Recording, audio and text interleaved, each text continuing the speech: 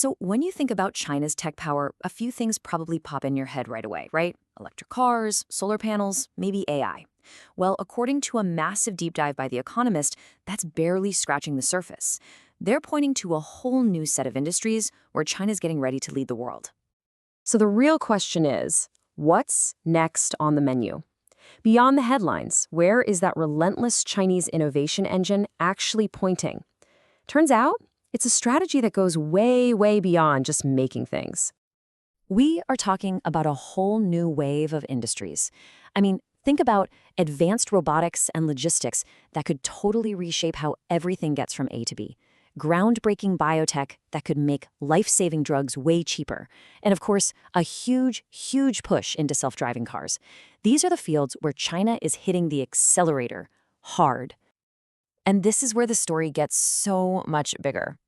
As The Economist lays it all out, this isn't just about one country's tech boom. China's model for high-speed innovation, well, it holds some really important lessons, but also some pretty serious warnings for, the rest of us. Okay, so that brings us to the million-dollar question. How on earth did China get here so fast? What's the secret sauce? What's the engine that's driving this incredible speed and scale? Well, it turns out it's a pretty powerful mix of things. The analysis kind of boils it down to 4 key ingredients. First, you've got the government setting these huge, ambitious goals. Second, an absolutely massive pool of talent. I mean, their workforce quadrupled in just 20 years. Third, you have this incredibly fierce, cutthroat competition at home, which basically forges companies into global heavyweights. And fourth, and this one is a real game changer, super agile regulation. For example, self-driving car trials are already up and running in over 50 cities. Why? Because local governments can just greenlight them fast. And to put that regulatory speed into perspective, just think about this number, 2,200. That is the number of backlogged drug applications that China managed to clear in just 2 years. That kind of pace is it's like rocket fuel for their biotech industry. And look, this isn't just some theory on a PowerPoint slide. It's leading to real, tangible results that you can see right now. We're talking about fully working robotaxi services on the streets of cities like Wuhan, or super advanced drones completely changing how logistics work. The future is arriving there, and it is arriving fast. But here's the thing. China's rise isn't happening in a bubble. It creates a really complex situation for the rest of the world, a true double-edged sword. Let's break that down. On one hand, the upside is pretty clear. We could all get access to cheaper, more advanced products, especially life-saving medicines. Plus, all this competition could push Western companies to innovate even faster.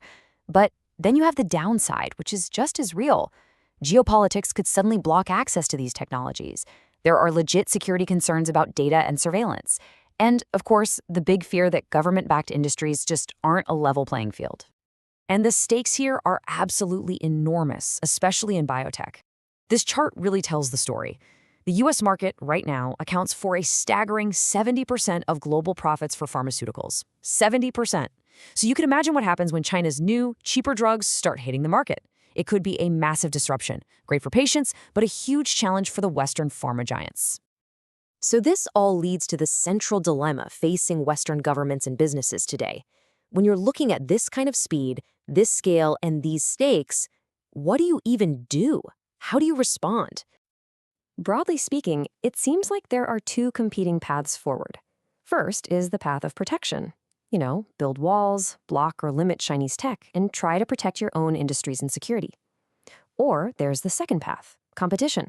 You engage with this new reality, and you focus on making your own innovation ecosystem faster and more agile.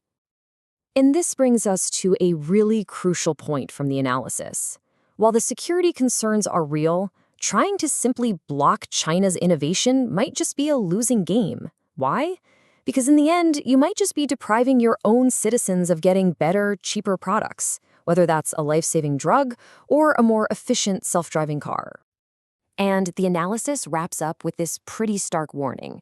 It suggests that in the rush to slow China down, the West might actually be slowing itself down even more. It's a really provocative thought, isn't it? Is the current path of protectionism actually a trap? And what would it really take to compete head-on with innovation? That's the big question this analysis leaves us all to think about.